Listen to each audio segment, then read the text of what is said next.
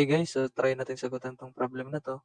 So, ang pinapahanap dito is yung member force ng BC, EF at saka yung EC. So, ang gagawin natin dito is gagamitan natin ng method of suction pero ika-caltech natin.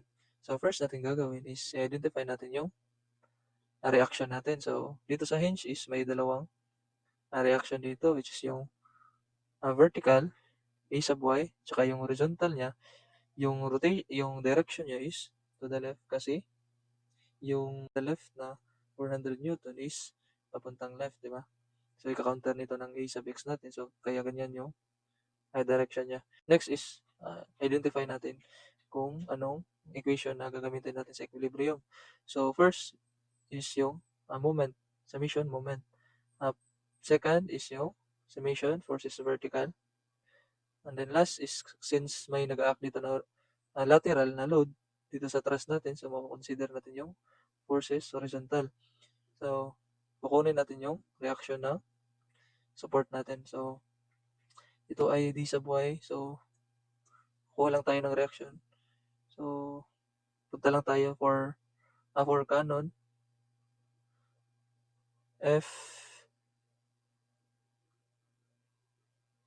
789 SGA.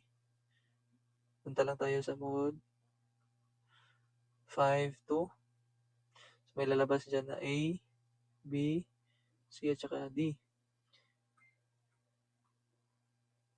So, dito sa ABC, ito yung na hinahanap natin. So, bali yung A sub X, A sub Y, tsaka D sub Y. So, first natin i-consider is yung summation moment. So, dito mamimili ka kung saan ka mag-moment. So, dito mag-moment ako sa D. So, yung mag-act dito is yung 400 Newton, 1,200 Newton, tsaka yung A sub Y, tsaka A sub X. So, dito guys, no, ilagay lang natin dito sa A since first is yung A sub Y.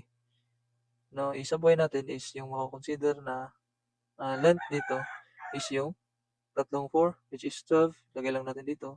Positive siya. So, lagay natin dito positive 12. Then, B natin is 0 kasi ito yung D sub Y natin. So, dito tayo nag-moment kaya nag-0. So, yung C natin is which is yung A sub X. So, ilagay lang natin dyan is 0. So, last is yung constant na nag-act dito which is yung 400 Newton at saka yung 1,200 Newton. So, bali, negative 1,200 times yung moment arm niya na 4 plus yung 400 natin times yung moment arm niya na 3 meters. So, equals negative 3,600. So, ilagay natin sa calculator is positive 3,600. So, next is yung vertical natin na force. So, isa lang yung nag-act dito sa truss natin which is yung negative 1,200 Newton. So, ilagay natin dito sa constant which is positive kasi downward yan, negative. So, ilagay natin sa calculator which is positive.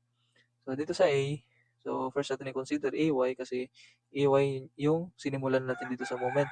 So, AY natin, ilagay lang natin 1, 1 dito sa B, tsaka yung C natin is 0 since ito ay forces vertical. So, dito last is yung consider natin is yung forces horizontal. So, ilagay lang natin sa dalawa which is yung A sub Y natin 0, D sub Y natin 0, tsaka yung A sub X natin is negative 1 kasi papuntang left. So, yung constant niya which is yung 400 Newton. So, since ito ay positive to the right, so, ilagay natin dito is negative 400. So, press equal. Yung result niya is A sub Y natin is 300 Newton. D sub Y natin is 900 Newton at saka A sub X natin is 400 Newton. So, ito yung reaction dito sa truss natin. So, paano natin makukuha yung mga member force nila is mamimili lang tayo kung saan natin i-consider. For example, i-cut natin dito. So, mamili ka kung saan ka. For example, dito ka sa A, mag-consider. So, itong section lang. Itong section, so yung ma-consider natin ng dalawang reaction which is yung A sub Y at A sub X. So, kung dito ka naman sa right side, so consider mo dito is D sub Y. Tsaka yung dalawang nag-act dito sa truss natin. So, dito pipiliin ko dito is yung dito sa left side. So, bali copy lang natin to.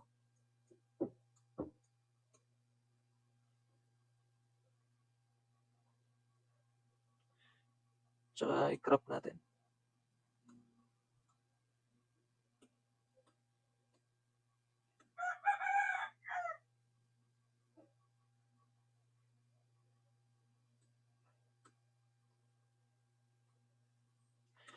So, assuming na ganito yung direction ng kinakat natin.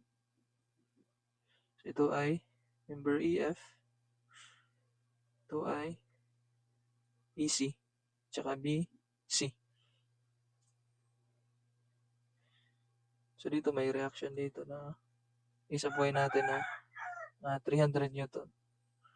Tsaka A sub X natin na 400 Newton. So, ang gagawin lang natin dito is kailangan din natin yung tatlong equation sa equilibrium, which is yung summation moment, summation forces vertical, tsaka summation forces horizontal. So, same lang yung gagawin natin dito sa pagkukuha ng reaction natin. So, bali punta lang tayo sa mode 5, 2. So, may lalabas na ABC, tsaka D.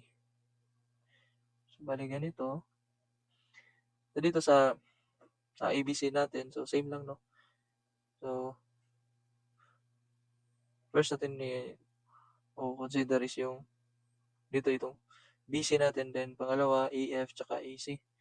So, bali dito sa moment natin is nag-moment ako dito sa sa E. So, yung hindi ito gagalaw tong dalawa. So, ito lang yung BC natin na gagalaw. So bali yung BC natin, yung moment arm niya is negative 3. So, bali papuntang E. So, counterclockwise. So, negative. So, bali negative 3. Ibaba lang natin to. So, negative 3 din. Ang B natin is B at saka C is gagawin natin 0. So, yung constant natin dito since may dalawang nag-act dito, which is yung reaction natin dito sa A.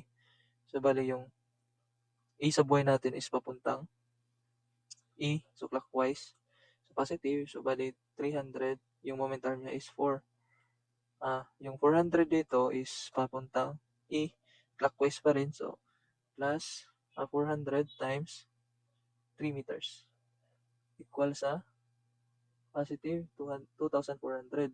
So, bali, ilagay natin dito sa calculator is negative 2,400. So, next is yung F sub y natin. So, dito is, yung vertical dito is, yung constant natin is 300 Newton lang. So, consider dito din is yung E sub EC natin since ito ay nakaslope. So, may dalawang components yan, which is vertical at horizontal. So, bali dito since may binigay na slope, no, which is rise over run na 3 dito, tsaka 4. So, ito yung X natin component, tsaka Y component. First is, kinoconsider natin, di ba, yung BC natin, din EF, din EC. So, sa BC natin, 0 yan, tsaka yung EF natin is 0 din kasi walang, hindi yan, vertical or naka-horizontal yan. So, kaya ilagay natin dito, 0. So, next is yung yung EC natin na since ito ay nakaslope, so may Y component dyan, which is yung vertical. So, kung napapansin nyo dito sa rise over run natin na 3 and 4, so since ito ay vertical, so ito ay papuntang, so since ito ay downward, so ilagay natin dito na sign, which is negative 3 over 5. Kasi 3, 4, 5 yan, yung hypotenuse dito is 5. So, bali ganito kapag x-axis dito is 4 over 5. Kapag yung y-axis naman is 3 over 5. So, negative ito kasi downward yan. So, last yung constant natin dito is yung 300 Newton. So, since ito ay positive, so gagawin natin is negative. So, yung ano naman, yung horizontal naman natin dito is tatlo, no? Yung EF natin ay lahat. So, EF natin is AC at saka BC. Kasi yung AC natin is may X component at saka yung constant natin na 400 Newton. So, bali dito since ang sinimulan natin dito sa moment is BC. So, yung BC natin is ito. So, ilagay lang natin dito na since ito ay to the right, no? So, gagawin natin ito dito na positive 1. Then, next is yung EF natin. So, ito ay 1 pa rin. Positive siya kasi to the right. Then, yung AC natin dito is positive din kasi yung X component natin dito, ito, is to the right. Kaso yung ilagay natin dito is uh, X component 4, positive 4 over 5. So, yung constant natin dito is 400 since ito ay positive. To the left, so since ito ay negative, kasi to the left na 400, gagawin natin dito positive 400. So, press equal. So, the result for BC, EF, tsaka AC, yung BF natin is X, EF natin Y, Z ito sa calculator. So, 800 Newton tension. So, ito is negative 800 Newton compression. Then, 500 Newton tension. So, dito, hindi pa pala ilagay natin na compression since ito ay negative. So, gagawin natin positive siya. Pero, lagyan natin ng compression kasi negative yan. So, ito na yung sagot sa hinahanap natin sa trusses natin. That's it.